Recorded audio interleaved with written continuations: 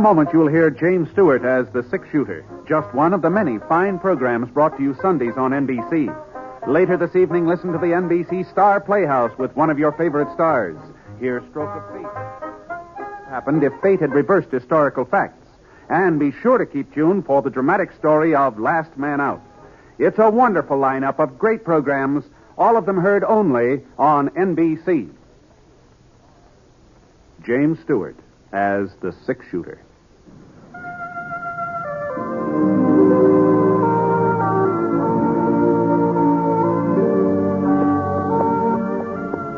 The man in the saddle is angular and long-legged. His skin is sun-dyed brown. The gun in his holster is gray steel and rainbow mother of pearl. Its handle unmarked. People call them both the six-shooter.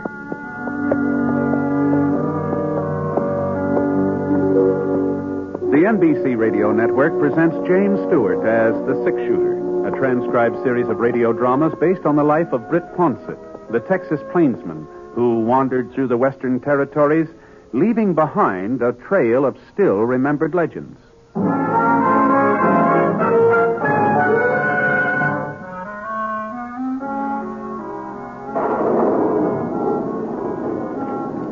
rain sure was coming down that afternoon in Petersville.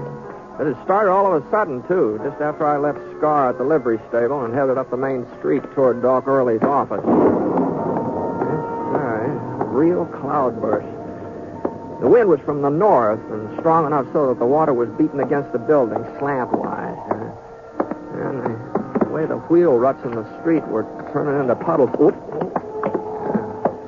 The rain barrels were sloshing over the sides. Well, it was like the whole town had been pushed under a leaky sieve. The closest cover I could spot was the front porch of the Jackson Hotel.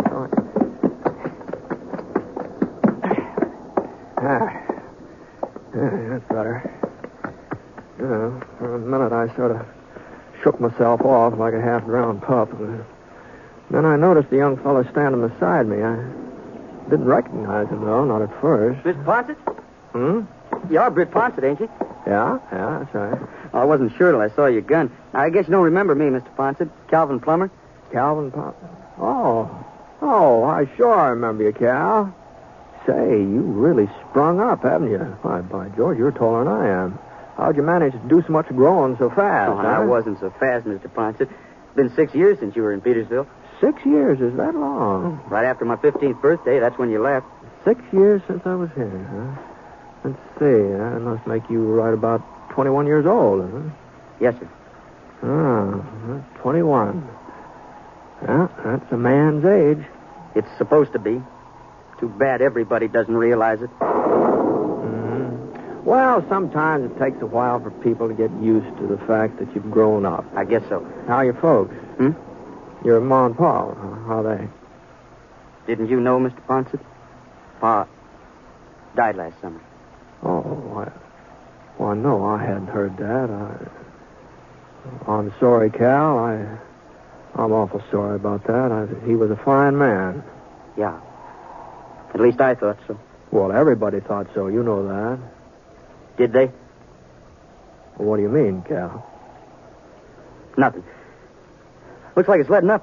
You staying in town, Mr. Ponsett? No, just overnight. I kind of twisted my hand while I was branding a calf the other day. And swelling wouldn't go down, so I thought maybe Doc Early ought to have a look at it. If he's still practicing here, is he? Yeah, he's still here. I expect you've been moving around quite a bit, huh, Mr. Ponsett? Oh, more than my share, I guess. You ain't never been to a place called Elk Point, have you? Somewhere out in the New Mexico Territory? Oh, yes. I was out there in Elk Point 2 winters ago, I think it was. What kind of setup is a Quincy ranch? Would you mind telling me? Quincy? Yeah, it's supposed to be one of the biggest outfits in those parts. You sure it's near Elk Point? Well, ain't it? I don't know. I never heard of a Quincy ranch around there. You certain, Mr. Ponsett? Yeah. Of course, that doesn't mean that there isn't a... Yeah, I know. Well, goodbye. Say hello to your ma for me, Cal. She's all right, I trust. Sure. She's fine. I reckon your father was... Well, it must have hit her pretty hard, huh? He had a real fast recovery. What? 10 months ain't very long to mourn, is it? Not even a year. Just 10 months. Bye, Mr. Ponce.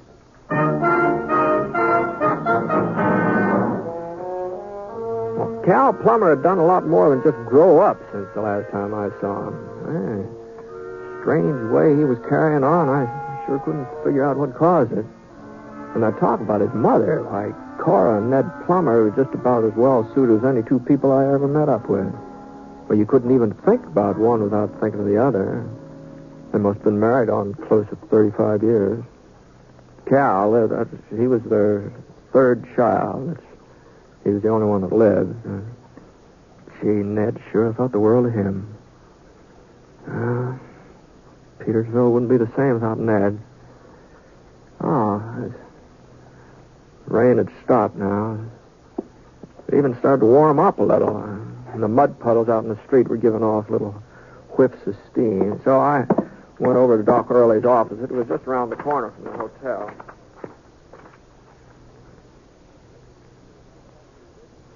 Britt, don't look like you've broke a thing. But it's a real bad sprain. The one you was even able to ride into town today. Yeah, well, it wasn't any too comfortable, I'll tell you that much. What you been doing for it? Well, it wasn't much could do, Doc, out at the ranch, you know. Yeah, well, some hot water nets and salts might be a little help. I'll put the kettle on and get it warming. It was so darn chilly during all that rain, I built me a little fire in the stove. Good thing that ain't your shooting hand, Britt. Well, I haven't needed a shooting hand much lately.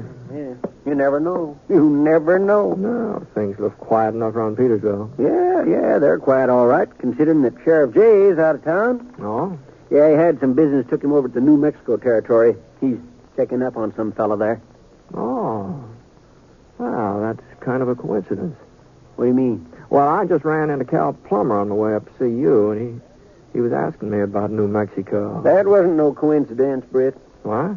You see, the reason the sheriff went to Roswell, well, of course, officially he's picking up a prisoner, but the reason he went himself instead of sending somebody else is so he can do a little inquiring about Cal's new pa. New pa? Well, sure. Cora's married again. Didn't Cal tell you? No, he didn't. Well, I guess maybe he was just too ashamed to mention it. Why, that doesn't seem possible. Cora Plummer remarried. No, we was all mighty surprised.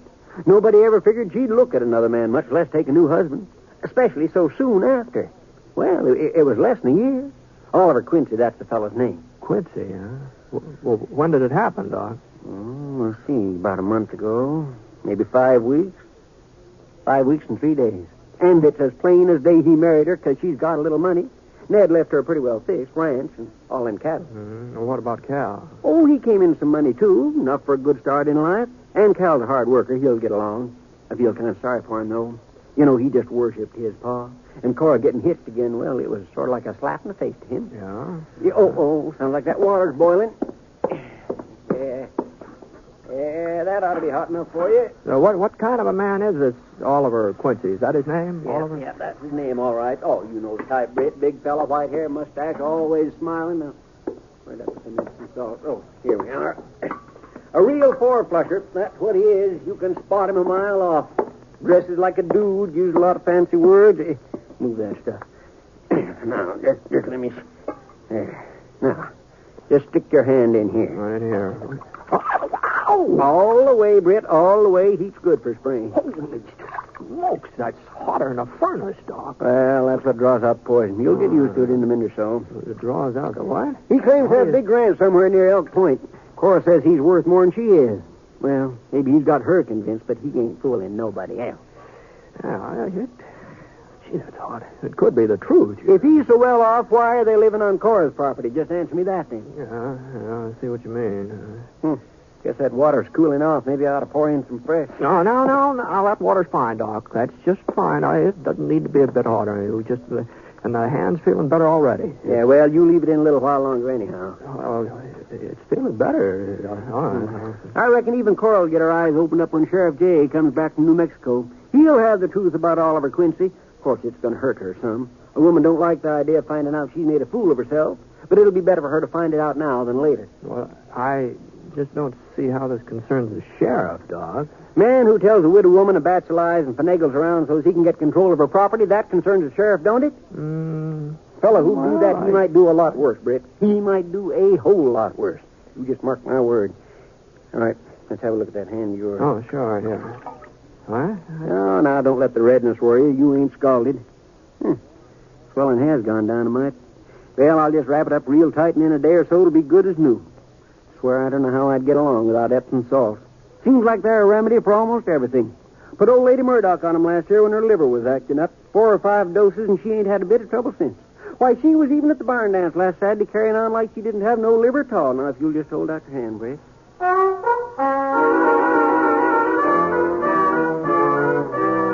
After Doc Early got through with his bandaging, my hand did feel a little better.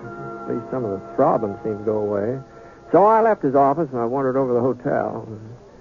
By the time I got there, they were serving supper in the dining room. Not family style either. They had a real fancy layout. Separate tables with flowers on them. 2 waitresses wearing little checkered aprons sort of matched the tablecloths. Of course, when a place is all fixed up like that, they always make it up on you. Well, you can figure on paying a little extra for your food when they have a place. Now, for instance, the steak I ordered, it was going to cost 35 cents. That's what it said on the menu, 35 cents. Here you are, mister. Oh, thanks. Looks like you're going to have trouble cutting it. What's wrong with your hand? It's nothing serious. It's just a sprain. I guess maybe I should have ordered something I could spoon through. Want me to slice up the meat for you? No, I'll manage. I just get this thumb out of here. Yeah. I'll be all right. Well, if you want anything, just holler. Oh, thanks. Thanks, miss. I don't know why they give me the toughest steak in the whole kitchen. For 35 cents, you think you could have been... Howdy, Britt. Oh, hello, Doc. Were you eating here, too, tonight? No, Britt, I was looking for you. For me? What? Cal Plummer just come riding into town, says his ma's been shot. Been shot? Cora? That's what Cal says. He don't think it's too serious, but I'm going out the ranch now and see what I can do for her. Oh, of course, sure. Cal told me to bring you along. Me? What for? I don't know. He just told me to find you if I could and bring you. He did, huh? That's funny. Well, Britt, you coming or not? Well, I sure don't see where I figure in this thing, but if Cal wants me, sorry to drag you away from your supper. Oh, that's all right, Doc. I'm afraid I was fighting a losing battle with that steak anyhow.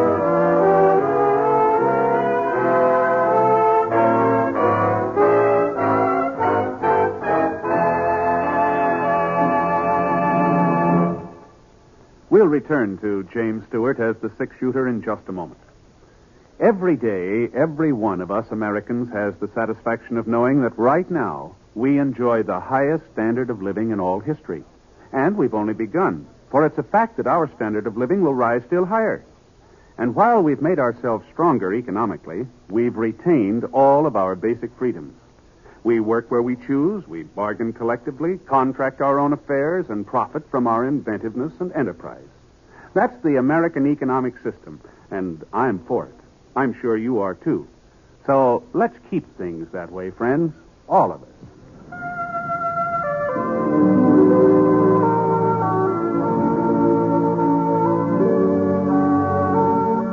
Now, Act 2 of The 6-Shooter, starring James Stewart as Britt Ponsett.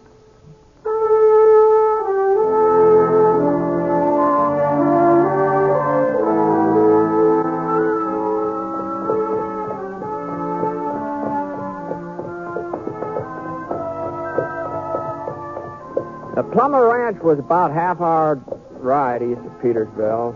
Real big outfit, too. Maybe, 50 square miles grazing land and all.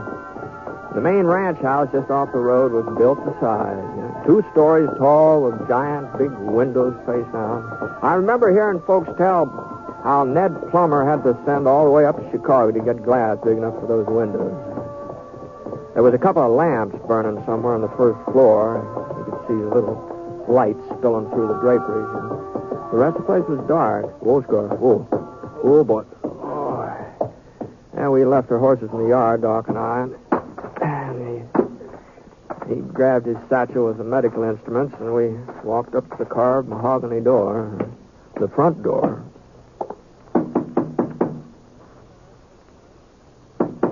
Just a minute.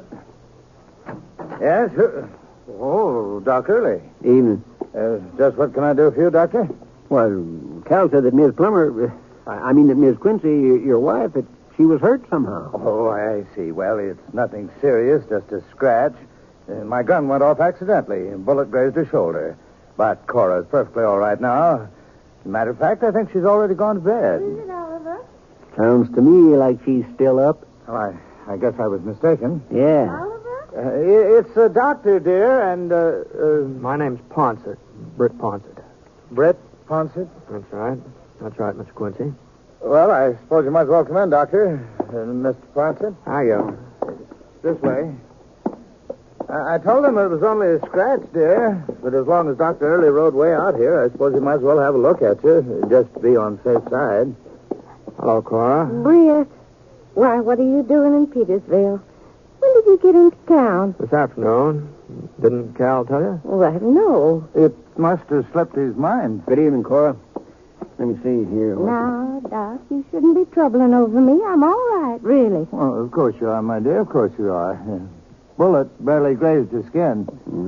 I'm afraid the good doctor doesn't approve of my bandage. No. It's perfectly satisfactory. At least it appears to be. I'd like to take it off, though. Make certain there's no danger of infection. You mind stepping in the other room, Cora? Well, Go ahead, my dear. Go ahead. I'll see you before you leave, Britt. Oh, sure. I'll wait around till the doc finishes out. Nice of you to ride out Dr. Early, Mr. Ponsett. I imagine he appreciates having the company. Well, it wasn't his idea, Mr. Quincy. Oh? No, Cal asked him to bring me along. I'm afraid I don't understand. Mm-hmm. Well, I reckon that makes us even. Whereabouts is he, anyway? Calvin? I don't know. He hasn't been here all evening. He wasn't around when the shooting took place. It was not a shooting, Mr. Ponsett. It was an accident. Well, whatever it was. And Calvin was not here. I met up with him while I was riding into town to get the doctor, and he offered to save me the trip. I guess I was under the impression you said Cora didn't need a doctor. No, she doesn't. But at first, I didn't know how serious the wound might be. Then, when I got back to the house, I saw it didn't amount to anything. And by the time you and Dr. Early showed up, I'd forgotten the whole thing. That's why I was surprised to see you. For a moment, I couldn't think what you wanted. Your gun just happened to go off, huh? I was going to clean it. I thought it was empty. I guess I don't know too much about firearms. What make do you carry? Why... He doesn't carry any make, but I do. I hadn't seen Cal come into the front hall, so I didn't know how long he'd been standing there. He was holding a .45, using it to cover his stepfather. The gun wasn't moving either. Cal's hand was as steady as his eyes. Steady and cold and determined. It wasn't the first time I'd seen a man with a look like that on his face. Now, not a killer's look exactly, at least not the look of somebody who wants to kill. More like somebody who hasn't got any choice. I was wondering how you'd lie out of it, Quincy. The kind of story you'd tell. You weren't very convincing either, considering all the practice you've had. Hey, Calvin, listen to me. I know how you feel. You haven't got the slightest notion how I feel. If you did, you'd have left town like I told you a couple of hours ago. Now, take it easy, Cal. I gave him warning, Britt. I gave him fair warning. I said I'd kill him if he didn't get out and stay out for good. I don't know what it is he's got against me, Mr. Ponsett. I suppose I don't measure up to his father. Measure up to him? I ought to kill you for even comparing yourself. Well, are you going or not, Quincy? Because if you're not, this time Ma ain't here to get in the way. What? Was that what happened before? Is that how she got shot up? It was his fault. He's got her so mixed up she doesn't see anything straight. She thinks he's fond of her the way she is of him. When she saw the gun, she ran forward, yelling and screaming. The way she grabbed my hand, that's what made it go off. I never meant to fire. Least of all, I never meant to hit Ma. But your Ma's all right, Calvin. The bullet hardly touched her. I don't believe... Is that true, Mr. Ponsett? That's right, Cal. Car's fine. Doc Early's in there now, just making certain. All right, Quincy. Start moving before she comes back. Now, hold on. Hold on a minute there now. This isn't any way to settle things. He's your mother's husband. She's got a right to know what's going on. You think I want her to know what a liar he is? That he never cared for? You think I want to break her heart? Well, what are you talking about, Calvin? I never lied to Cora. Never in my life. And where's that big ranch you're supposed to own and all the money you're supposed to have? What? Tell Mr. Ponset about your holdings. He's been to Elk Point. And there ain't no Quincy Ranch. Oh, you're not making any sense, Calvin. I ain't going to stand around here arguing. Put that away, Cal. Not until he leaves. He gives me his word he won't be back. And if he don't keep his word... Cal, You don't figure in this, Mr. Ponset. you got me out here. It was my idea. Well, nobody's keeping you. This bandage isn't on my gun hand, Cal. He's got you fooled into being on his side, too. I didn't say that. Look, ain't there nobody that sees him for what he really is? All he's trying to do is to get his hands on what my father left. Dad worked hard. All his life he worked hard. And when he was dying, he told me to look after Ma. Told me it was my job. Well, I'm going to do my job, Mr. Ponset. And nobody's... Calvin, you made enough trouble for one night. I'm sorry, Ma. Didn't want you to be here. Didn't want you to find out. Found out what? My son's turned into a lunatic? I'm only doing it for you, Ma. For me? You think you're helping me by carrying on like this? I've got my own life to live, Calvin. You've got to let me live it as I see best. Ma, he's no good. I was trying to get him to leave before Sheriff Jay comes back from Roswell. Before the whole thing came out. Well, I guess it's too late now. I guess you'll have to know. No, what? He hasn't got a ranch. He ain't got any money. Oh. If you don't believe me, ask Britt Ponset. He only married you because of what Pa left you. No. All I said that I didn't know of any Quincy Ranch near Elk Point. That's all I said. I haven't been around there for a couple of years. Maybe by now. Well, there ain't no is such ranch now either. Is there, Quincy? Well, no, of course not. There you see, Ma. Calvin, listen to me. He's admitting it, Ma. Why don't you face facts? Everybody else has been on to him. Everybody but you. It's all my fault. I should have told you in the first place. I know that Oliver isn't rich. I never thought he was. You never thought... Ma? Well, maybe Doc and I'd better get No. going, huh? No, I'd like you to stay, Britt. Calvin is right about one thing, though. I've been making a fool of myself. What's worse, I've been making a fool of Oliver, too. No, Cora. You see, Calvin, I've known Oliver for a long time. Your father and I, well, we were all friends back in Kansas. All three of us. Of course, that was before I married your dad. You've known each other all these years? Once, Oliver asked me to marry him. But I chose your father. And I've never been sorry I made that choice. I guess you know that, Ollie. Well, sure, Cora. But after Ned died, well, it was like part of me had died, too. And I felt all hollow and useless, lonesome. Not a very romantic way of putting it. Lonesome, but that's how I felt. Like I couldn't go on by myself. Oh, you did your best, son, to keep me from thinking about your father and about myself. But it wasn't enough. And I kept remembering what your father said when he first took sick and he knew he wasn't going to get well. He said he'd take it as a compliment if I was to marry again, that it would mean our marriage had been a good one. But more than that, I think he knew I wasn't the kind to live alone. Oh. So I wrote to Oliver, asked him to come out to Petersville just for a visit. And then, well, us getting married was my idea. Your idea, Cora. Ollie was afraid of what folks would think. Me having this ranch and him not worth very much. He's afraid they'd get the idea he was marrying me because of my money. So I told everybody that he had a ranch of his own, even bigger than mine. Boy, Cora. Oh, I was just trying to make it easier on him, Britt, so he wouldn't be embarrassed, uncomfortable. Of course, Oliver didn't know what I was up to. You shouldn't have done it, Cora. I'm sorry, Ollie. But I'm not sorry I married you. Oh, my. You've got to understand, Calvin. It's true. I'm an old lady and a foolish one. And it's true I don't feel the same way toward Oliver that I felt toward your father. You only feel that once in a lifetime. And some folks aren't even that lucky. But it's better for me not to be alone in the time that's left. I think it's better for Oliver, too. You should have told me, Ma. Yes. Yes, I see that now. But I wasn't sure how you'd take it. Too bad you were dragged into this, Britt. You and Doc. But I wanted you to hear it all before you left. Sure, Cora.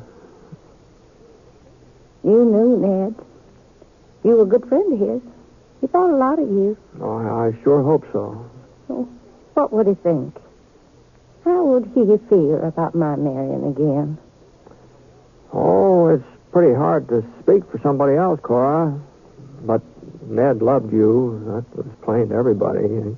So I guess he'd want you to be happy and content.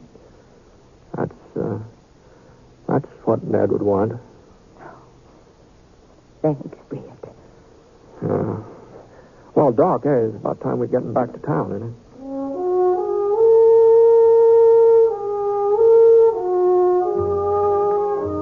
After that, I guess Cal and Oliver started hitting it off real well. Anyway, the last time I was through Petersville, folks were all talking about how much Oliver Quincy had done for the Plummer ranch. Practically doubled the size of the herd, and now he was building a house down on the south pasture for Cal to live in when he got married. As for Sheriff Jay's story about Oliver not owning any property around Elk Point, well, the people just wouldn't believe that, that's all. The sheriff just hadn't done enough checking, that's all. A man like Oliver Quincy, why, he just had to be rich. It was written all over him.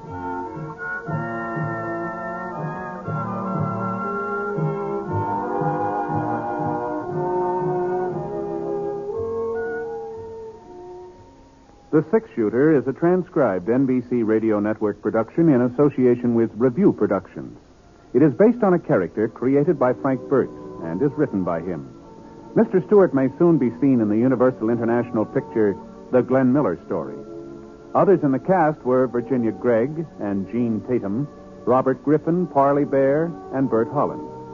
Special music for this program was by Basil Adlam, and the entire production is under the direction of Jack Johnstone. All characters and incidents were fictitious, and any resemblance to actual characters or incidents is purely coincidental. This is Hal Gidley speaking.